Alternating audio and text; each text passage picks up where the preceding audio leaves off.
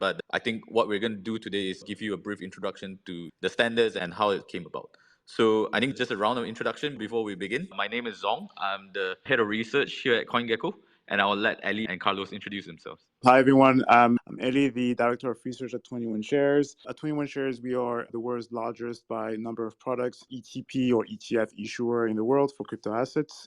We are based in Zurich, and we have also an office in New York City. We have about $1 billion in assets under management, and I'm leading the research department. And I have my dear colleague with me here, Carlos. And Carlos, you can introduce yourself as well. Hi, everyone. My name is Carlos. As Eli mentioned, I work closely with him in the research team. I'm a research analyst. I'm based in Guatemala, and I'm excited to speak with you today. Okay, great. I guess I don't need to introduce CoinGecko because this is a CoinGecko Twitter Spaces. So let's get started. I think how we're going to do this is we're going to go through some questions and answers and explain what the standard is, like I said, and then we'll give the audience a chance to ask us some questions as well. So if you're an audience, if you have questions about the standard as you listen on to the Twitter Spaces, feel free to put up your hand and our host will bring you up to ask questions. Yeah, so I think just to get straight into it, I think Eli and Carlos, why don't you guys first give an introduction about what is the global crypto classification standard, right? And why do you think this is important for our industry?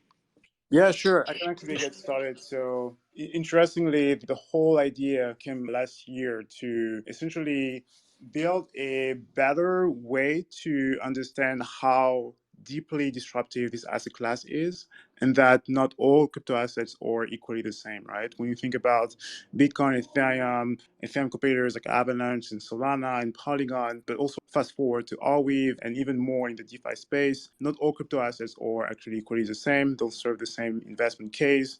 So basically, similar to back to the late 1990s where we had MSCI and S&P Dow Jones, they basically developed the global industry classification standard for the stock market. It's a GIACA. And we basically thought about the same way to make sure that when this asset class evolves, we're going to have an evolving industry that is going to be disruptive and also going above and beyond our imagination that we know today. There are many companies that in the late 1990s were not yet created, like Facebook and even things like Airbnb and Uber and other companies.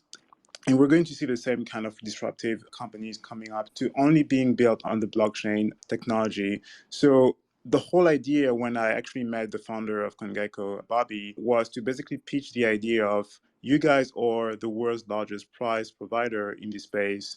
There is about 30 million people that visit your website. We are the world's largest ETF issuer for crypto assets, where we make crypto accessible like a stock on the stock exchanges in Europe. Why don't we partner and build a better way to make sure that if people want to actually invest in this asset class, we don't have DeFi tokens in the metaverse category, right? Or we don't have option protocols in the malware as well. So essentially what we want to do is making this asset class a lot more professional with a global standard where we can see many platforms actually adopting the standard and going forward. That gives us a better picture as to where the universe is sitting compared to even traditional finance, where clearly there is actually a lot of competitors here like 𝕰 that tries to actually build, I would say, eat the bread and butter of Amazon Web Services. Where is this protocol being built? Is it on a chain? Is it just a dApp? Or is it on, say, the Cosmos ecosystem where they have their own chain or they sort of set it up differently? And then what do their tokens do? The same project may have a few different tokens and stuff like that. So I think from our perspective, when this project came about, it was really trying to provide even more clarity to our users and to people that come to the website and come to the space and you want to understand crypto better. Through the standard, there is a way now to classify these tokens and these projects clearly so that people can at a glance or understand what these projects do. Maybe look for similar projects and compare them and not get lost too much in a lot of the jargon and a lot of the very intimidating technology and things like that comes when you first come into contact with the industry. I guess, Carlos, maybe you want to jump in, explain like what are we have 3 levels in the standard and maybe you could take us through a bit of that. Sure, happy to do it. So instead of being one-dimensional in the sense that we mix the crypto assets or the tokens with the protocols behind them, in the global crypto classification standard, what we did is that we provided 3 levels of categorization, as Song mentioned, that serve as pick and shovel tools basically to categorize protocols and their corresponding crypto assets in the most relevant categories. So in the first 2 levels, we focus on the protocols instead of the underlying crypto assets. So let's take Maker as an example. So level 1 is all about identifying where the protocol fits in the crypto stack. So is the project a smart contract platform? Is it an app-specific blockchain? Is it a DApp? What is it? So for example, in this case, Maker will be a DApp, right? And this level is very important because it is to many traditional investors. So we want to make it as simple and accessible as possible for outsiders that are coming into the space. When we move on to level 2 relates to the sectors and the industries, similar to how investors classify companies in the traditional world. So an industry refers to a much more specific group and sector refers to a much broader group. So in the case of Maker, for example, following the same example, Maker will fit into the decentralized finance sector, and it will fit into the credit and lending industry within DeFi. And finally, in level 3, we move on from the protocol and instead we attempt to categorize every type of crypto asset or token and classify them according to the asset superclass to which they belong. For example, in the case of Maker, Maker has 2 associated tokens. It has MKR, which is the governance token of the protocol, and it also has DAI, which is a stablecoin. So here we have 2 types of tokens, a governance token and a stablecoin. The governance token within the asset superclass classification is considered a capital asset because it yields voting rights on the platform and users have potentially the right to profit from the protocol. And then DAI, which is a stable coin, is a store of value asset because it serves a function very similar to a currency. So in conclusion, those are the 3 levels of categorization that we provided. And the idea is just to provide pick and shovel tools so that investors can navigate these asset class a lot more easily and without trouble. Yeah, and I think Carlos mentioned MakerDAO as an example. But obviously, if you actually go through the report, I think in the appendix itself, you would see that both 21 Co and us, CoinGecko, has actually gone through the top 100 coins, at least at that time, to assign classifications to this token. So you can actually see the standard already being applied in what I would say live setting, and we have tested this with the top 100 tokens to see that the classification standard is actually exhaustive and able to cover at least all the different use cases that we can see today. Obviously, like Eli mentioned, there are use cases that we haven't begun to even imagine, right? In the last 2 weeks or so, AI has suddenly become a thing. And whether that will actually turn into productive projects and whether that will become a subsector itself in the crypto industry remains to be seen. And if it does, we've got more classes to add to our classification standard. Yeah, let's move on a bit. I think, Ali, you described earlier you ran into Bobby in New York and you guys were having coffee and having a chat, and this sort of came to be. I think really you guys came to us with the idea. I just wanted to maybe get you to describe that a bit more, like how you think about this, and yeah, where did the idea sort of came from?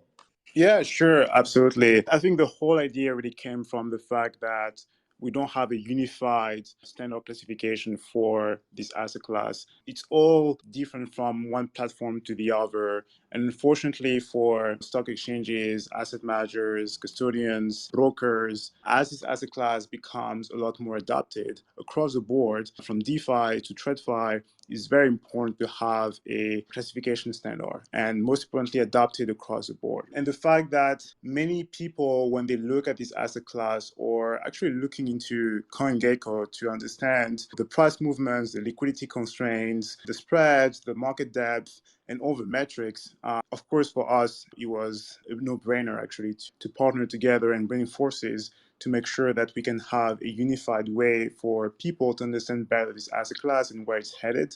Because at the end of the day, many people ask a lot of questions about when they're looking at the project, why it has increased by amount of value in volume or even like in market cap. At the same time, they need to understand how to evaluate them in a more efficient way and sensical way. Basically, like to summarize, the best way for us to bring forces together is to work together in this industry and making sure that we have a standardized way to make this asset class a lot more transparent and unified.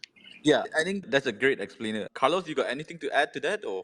No, I think Ellie explained it perfectly. Basically, the idea is that there's no consensus currently among investors around how to classify this asset class. And something that I find very funny from time to time is that, for example, the term cryptocurrency is still used by many people, right? It's a misnomer because crypto assets can vary dramatically in nature, both as it relates to the asset or the token itself and the protocol behind it. Basically, our classification can help investors, whether they come from a TradFi background or a crypto native background, to better navigate this asset class and understand the types of protocols, the different sectors and industries that have emerged thus far, and the asset class that is associated to the corresponding crypto asset. And I agree with you, Song, in the sense that crypto is hard in the sense that it's constantly evolving. So it's hard to be as exhaustive as possible because trends are changing all the time. But I think this will help navigate this asset class a lot easier. Yeah, I think those are all good points, and I think we couldn't stress this enough. I think it is a difficult industry to get into, and I think for our users and for our clients and even for our internal team, sometimes it is quite hard to navigate the crypto space without having a good understanding of where protocols sit and where projects sit. Obviously, we talked a lot about our users, and for you guys, maybe those are your institutional investors. I'm just curious, since we launched the report, have you guys received feedback, from maybe prospective people that you have circulated it to? Have you been hearing back from the industry and from your clients itself? Yeah, absolutely. And of course, we don't want to sound biased, but we receive some really top-notch feedback from asset managers, from brokers, from even research teams within asset managers and stock exchanges as well, because we actually need a unified classification. And even like many people were not even aware of any other works that were happening in the past to basically build a taxonomy for this asset class. But the way we basically build a taxonomy for the protocols and on top of that, the tokens themselves really was a world first for many of these partners and investors. So the feedback was actually really good, and they're really looking forward to using that even more onto their own platforms. And could you possibly elaborate a bit more on what are some of the use cases that they are looking at? Yeah, absolutely. And when you think about even as simply as a hedge fund, right, with different strategy like systematic strategy or sector-based strategies or factor-based strategies, they're looking into different asset classes at the same time where crypto fits into their own strategies amongst alternative assets, right? Amongst, let's say, commodities and things like gold and art or even like crypto assets. How do they make sure that they can basically target the high beta sectors and the up and coming, I would say, protocols within specific sectors that may perform a lot better in certain levels? So basically having that kind of like word map of this asset class makes basically the investment process a lot easier for them. And these are the kind of like things that we've seen, especially when it comes to building up sector-based strategies for asset managers, for hedge funds. So these are like the up and coming use cases that we definitely see that a lot more for sure. Yeah, I think just to speak on the CoinGecko end, I think obviously users of our platform do understand that we already have some sort of categories on our website and you can click through.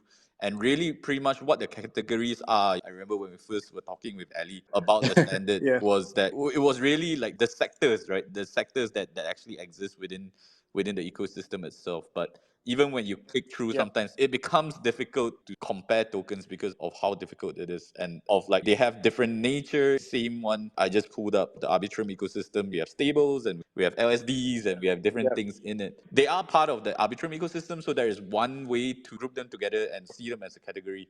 But the standard, I think, really helps users and investors understand, oh, okay, so Tether, USD, DAI, we can probably lump them together. They're probably one thing, and then Fracture and something else, Maker and stuff like that. They're a different thing, and maybe yeah, there's GMX as well because they belong in the same category. So I think personally, also I'm interested to see. I Mhm. think we have also received good feedback, particularly from partners within academia, who are also interested to see how they can use this and how they can actually take advantage of this to better understand the space as well.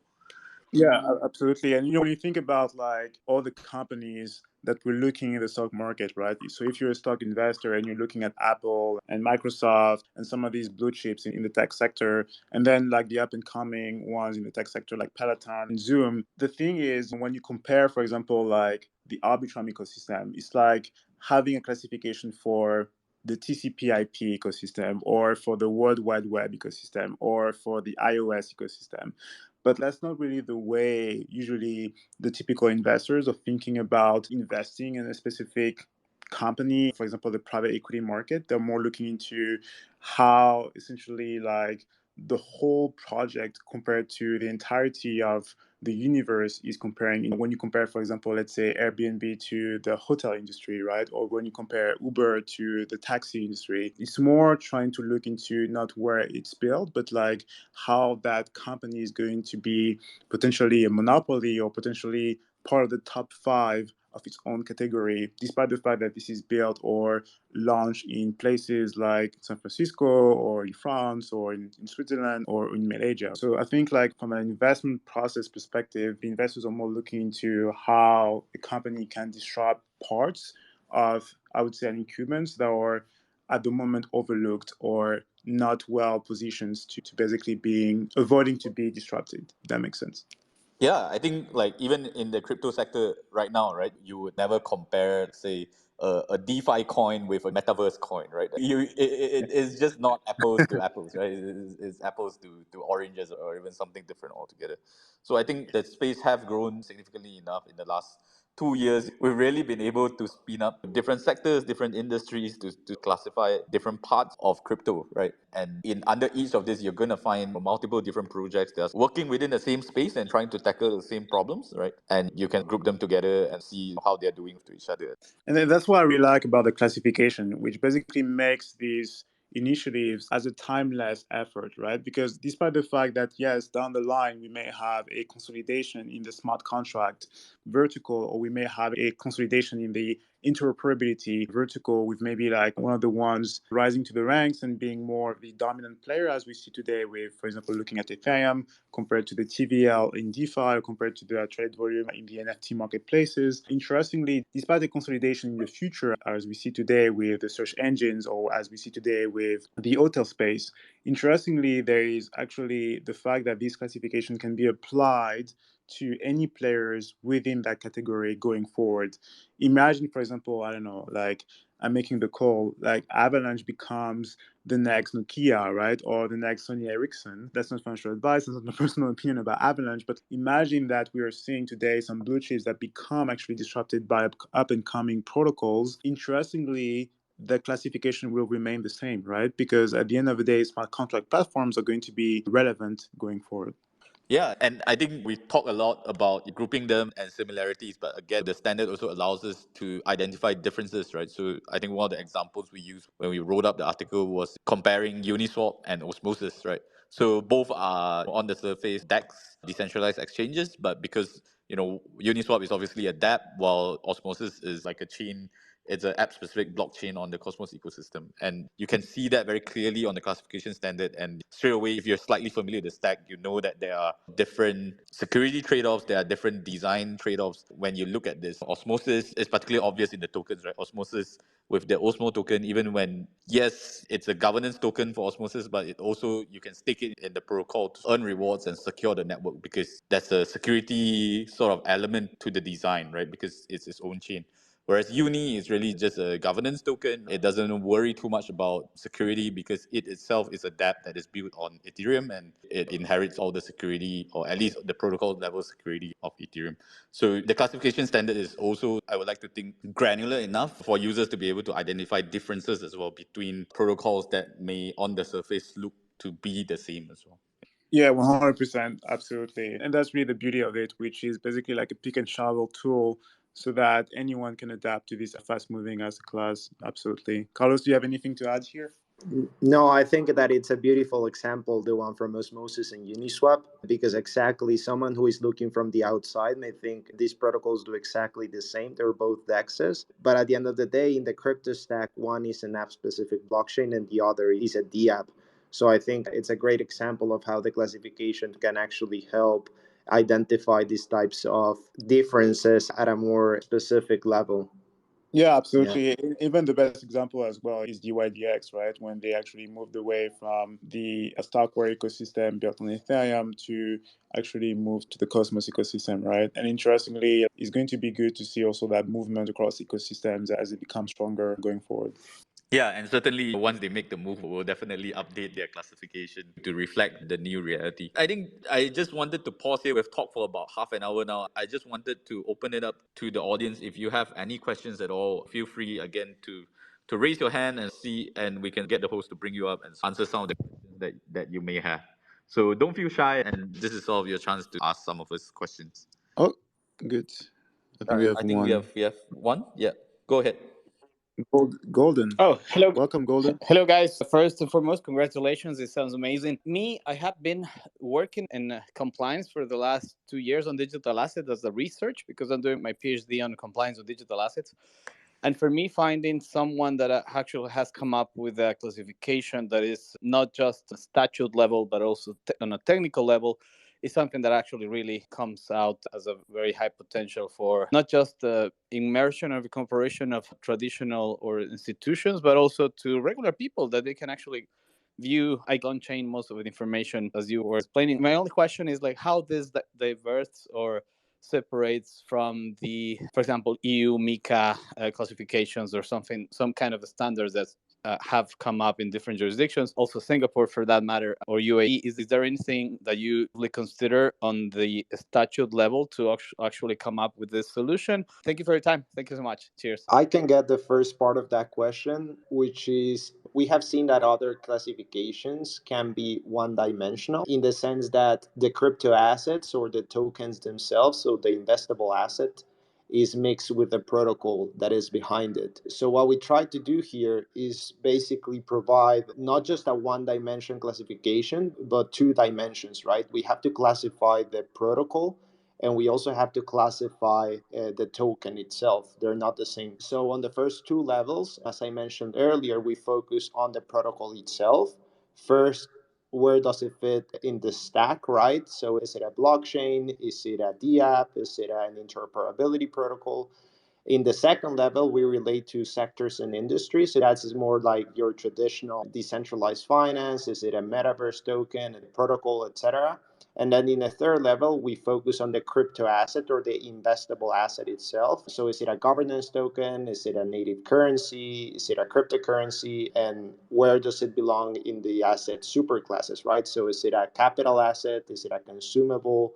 Or is it a store of value asset? So I think that's where the classification really differs from other efforts in that it's not one dimensional, but it actually focuses on all the dimensions to be as mutually exhaustive and comprehensible as possible. Ali, you want to add to that from a regulatory perspective? I know you guys interact probably a bit more with regulators than we do. No, for sure. I think the key takeaway here is, Carlos, you hit the nail on the head here, which is our classification going forward is also going to be, I would say, adapting to the evolving space from a regulatory perspective, especially when, for example, we're seeing some tokens being categorized in a certain way in very strong jurisdictions, like, for example, the United States or the UK. We want to make sure that we can adapt to how basically these tokens are going forward classified so that that reflects the reality, especially where the classification is available. Let me talk through the last bit of our conversation and we'll see whether we can take any more questions at the end. But I think, Ali, Carlos, I think we did work quite hard to get to this point. This was a multi-month effort.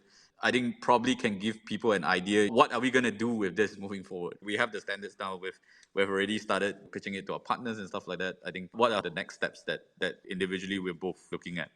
Yeah, absolutely. The strategy here is distribution. We want to make sure that in the most dominant data platforms that we are using today in crypto, this is adopted and leveraged. We want to make sure that this is unified and that also reflects the reality. So these are the key things that we are definitely focusing on for the standard classification. At the end of the day, we can always come up with our own taxonomy for crypto assets, and all the crypto companies can do it. But what we want to make sure here is that this is widely adopted and most there is the best in class class methodology to reflect the reality, because of course this asset class is going to change. And given regulatory developments that we're seeing in the US, but also like in Europe with the MiCA regulation coming up soon, we want to make sure that this reflects as well the regulatory evolution as well.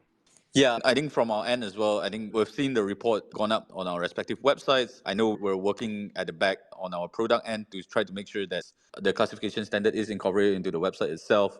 Personally, I am looking forward to seeing how our users use it, but also for us, I think between ourselves, the standard is meant to be a living document, and we talk a lot about the future and new industries, new sectors are going to come. We're going to discuss what classifications do we put up, what are the right taxonomy should we add, and can we assign more classifications to go beyond the top 100 and assign more classifications as and when we see the need and we see that the community may need this, so that it furthers the aim of bringing more clarity to the market and to our users itself. Okay, if there's nobody else, then I think this is a good time to close out the Twitter Spaces. We've spoken for about 45 minutes. I hope that this gives everybody a sort of a good rundown of the classification standard. And you can, like I said, you can sort of check out the report on both our respective websites, on CoinGecko and on 21Co. Eli, Carlos, any last words? No, not at all. Honestly, thank you guys for making the time. It's an absolute pleasure to partner with you guys, and honestly looking forward to evolving with this initiative. And most importantly, if you have any questions, feel free to reach out to us directly on Twitter. You have our Twitter handles. And of course, feel free to also check out our research on the 21 Shares website as well, 21shares.com. We have newsletters and monthly reviews and webinars. And of course, more to come with CoinGecko going forward. So looking forward to it. Thanks, guys. Yeah, absolutely. Thank you, guys. It was very fun. Thanks, everyone. Thanks for tuning in. Take care, everyone. Thanks. Bye-bye. Bye.